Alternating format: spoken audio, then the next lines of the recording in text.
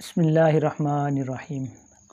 सिलसिला तहक़ीक़ व तख़रीजुल हदीस में रमज़ान के सिलसिले में हमारी उसमें पूछी जाने वाली रवायात या इस हवाले से जो चीज़ें हमारी गुफ्तगू का सिलसिला चल रहा था। आम तौर पे एक चीज़ जो है वो बहुत ज़्यादा कह लें कि रमज़ान का जब आखिरी जुमा होता है, जिसको आम तौर पे जुमअतुल विदा के नाम से मौसूम किया जाता है, वो जिस वक्त करीब आता है तो एक रवायत के बारे में बड़ी कसरत से पूछा जाता है। मुख्तलिफ़ पोस्टों के ऊपर भी बाद लोगों अपने वीडियोज़ के अंदर भी जनाब उसको शेयर करना शुरू कर देते हैं।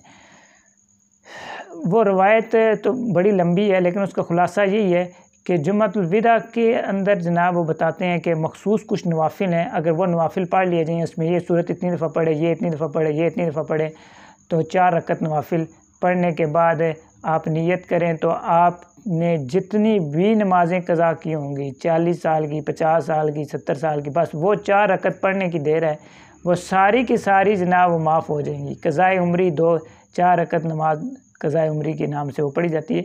उसमें जो कुछ आपने किया होगा 70 साल की नमाज़ें भी क़ज़ा तो जनाब वो फ़ारिग हो जाएंगी। और हत्ता कि वो जो रवायत है, उस रवायत में तो यहाँ तक जनाब लिखा हुआ है कि किसी ने पूछा जी अगर मिसाल के तौर पे किसी की 40 साल की नमाज़ें हैं तो 60-70 साल की जो नमाज़ें वो सारी माफ़ हो गई, तो जो ऊपर की 30 साल हो जाएंगे, तो 40 साल की तो माफ़ होगी, तो आप तो 60-70 साल की कह रहे हैं, तो फिर ऊपर के 30 साल हैं तो उनकी क्या जाएगी, उनकी क्या जो उसके बदले में वो मज़ीद उसको, उसकी औलाद को, वालिदैन को अजर हो जाएगा। ठीक है, तो ये लंबी चौड़ी रवायत है और है भी किससे, अल्लाह ताला माफ़ करे, हज़रत अबू बकर सिद्दीक़ रज़ी अल्लाह ताला अन्हु से, कि ये मैंने रसूलुल्लाह सल्लल्लाहु अलैहि वसल्लम को फरमाते हुए सुना, ये 400 साल का कफ़ारा है। ठीक है, सैयदना अली रज़ी अल्लाह ताला अन्हु जो ख़ुद इल्म के पहाड़, ठीक है, वो उनसे कहते हैं जी ये 1000 साल का कफ़ारा है। तो पूछा गया है जो ज़ायद नमाज़ें वो किस खाते में जाएंगी, फरमाया इसके वालिदैन, बीवी, औलाद, अजीज़ व अक़ारब वो शहर के लोगों के लिए हो जाएंगी, ले लेंगी, शॉर्टकट रास्ता, सब की माफ़ी हो जाएगी। यह रवायत जो है वो आगे फिर उसके बाद वो कहते हैं कि नमाज से फ़ारिग हो तो नबी करीम सल्लल्लाहु अलैहि वसल्लम आगे ऊपर रमज़ान के आखिरी जुमे में खड़ा हो, 4 रकत नमाज़ पढ़े, तशहुद के साथ हर रकत में सूरह फातिहा पढ़े, सूरह कदर 15 दफ़ा पढ़े, कौसर पढ़े, ये पढ़ो, पूरी लंबी डिटेल है।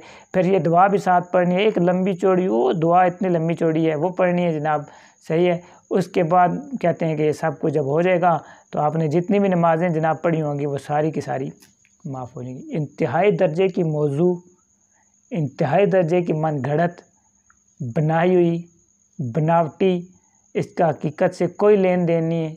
ठीक है, इसके मुकाबले में सही अहादीस अगर आप देखें तो वो कुछ और बता रही हैं। एक आदमी जिक्र करता हूँ सिर्फ, सही बुखारी में, मुस्लिम में, दीगर कुतुब के अंदर रवायत है कि अल्लाह के नबी सल्लल्लाहु अलैहि वसल्लम ने फरमाया कि जो नमाज से सोया रह गया या भूल गया और नासिया फल युसल्लिहा इज़ा ज़करहा ला कफ़ारत लहा इल्ला ज़ालिक, भूल गया या सोया रह गया, जब उसे याद आए तो नमाज़ पढ़ ले, इसका इसके सिवा और कोई कफ़ारा नहीं। ठीक, इसी तरह की मिलती जुलती रवायत सुनन नबी दाऊद में भी है।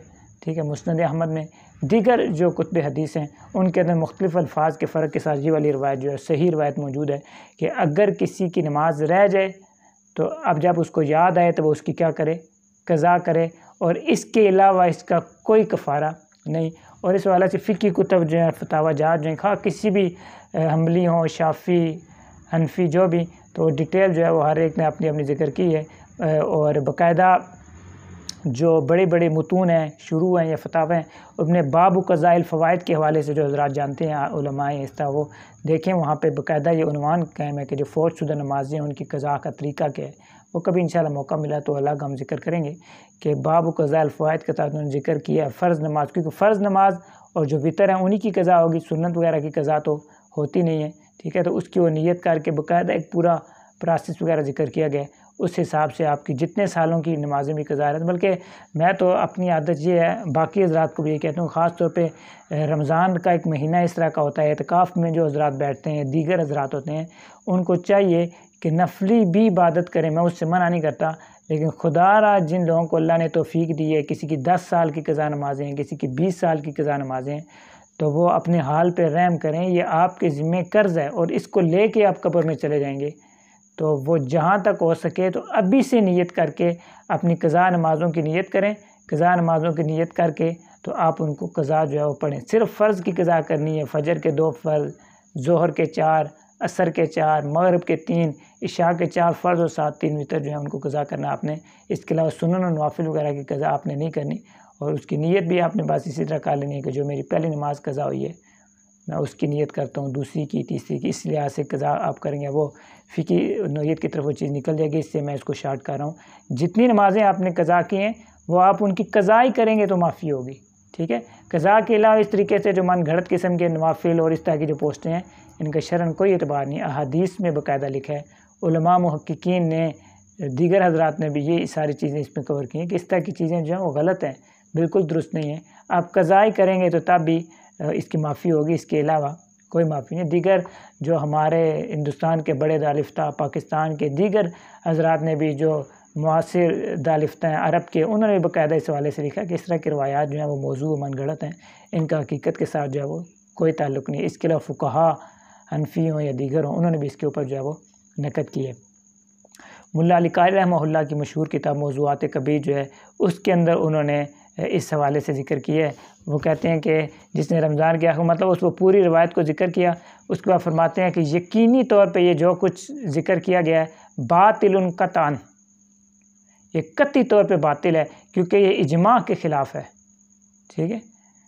आगे इमाम शौकानी जो है उन्होंने अल-फ़वाइद मजमूआ जो उनकी मशहूर किताब है उसमें उन्होंने ज़िक्र किया, और वे फरमाते हैं हाज़ा मौज़ूअन बिला शक्किन, और हमने इनको फिर आगे फरमाते हैं अलम अजिदहु फ़ी शैइन मिनल कुतुबिल्लती, कि हमने और क्या नाम कहते हैं कि हमने जो मौजू अहादीस के ऊपर कुतुब लिखी गई हैं, ठीक है, उनके अंदर भी हमें ये चीज़ नहीं मिली जो इस तरह की चीज़ें वगैरह जो ज़िक्र की गई हैं। इमाम इब्न हजर शाफ़ी रहमहुल्लाह ने ज़िक्र किया, और दीगर इमाम लखनवी रहमहुल्लाह ने, ठीक है, बाकायदा इसके ऊपर एक रसाला लिखा है। दीगर हज़रात ने भी खुलासा ये है कि इस हवाले से लिखा है कि इस तरह की जो चीज़ें वगैरह ज़िक्र की गई हैं ये इंतहाई दर्जे की मौजू और बातिल हैं, इनका हकीकत के साथ कोई ताल्लुक़ नहीं है। कज़ा नमाज का तरीका आप किसी से सीखें, और कज़ा नमाज़ें जो आपकी ज़िंदगी की रहती हैं अभी से ही उनकी कज़ा करें, और एक डायरी बनाएं, इसके ऊपर बाकायदा लिखें जी मेरी ये नमाज कज़ा हुई, इतने सालों की रहती है, इतने मैंने पढ़ ली, इतनी पढ़ ली। तो किसी भी अपने करीबी आलिम से या किसी से फ़ोन करके या बात करके कज़ा नमाज का सिलसिला पूरा करके तो उसको अपनी ज़िंदगी के अंदर ही मुकम्मल करके जो है वो जाएँ, ठीक है। इसके अलावा खुदारा और कोई तरीका नहीं। यही अगर आपकी नमाज कज़ा है उसका भी ये तरीका है, ज़कातें अगर रहती हैं तो उसका तरीका भी पूछें, रोज़े अगर कज़ा हैं तो वो भी आपको इसी तरीके से कवर करने पड़ेंगे। एक बाकायदा प्रोसेस है, ये नहीं कि जनाब आपने 4 रकअत बस पढ़ी, वो तो फिर जनाब को नमाज ही ना पढ़े, बस 4 रकअत पढ़े और हमेशा के लिए सारी ज़िंदगी की माफ़ करा लें। अक्ल भी इस चीज़ को नहीं मानती। अल्लाह ताला हमें जो है वो समय नसीब करे। सल्लल्लाहु अलैहि वसल्लम।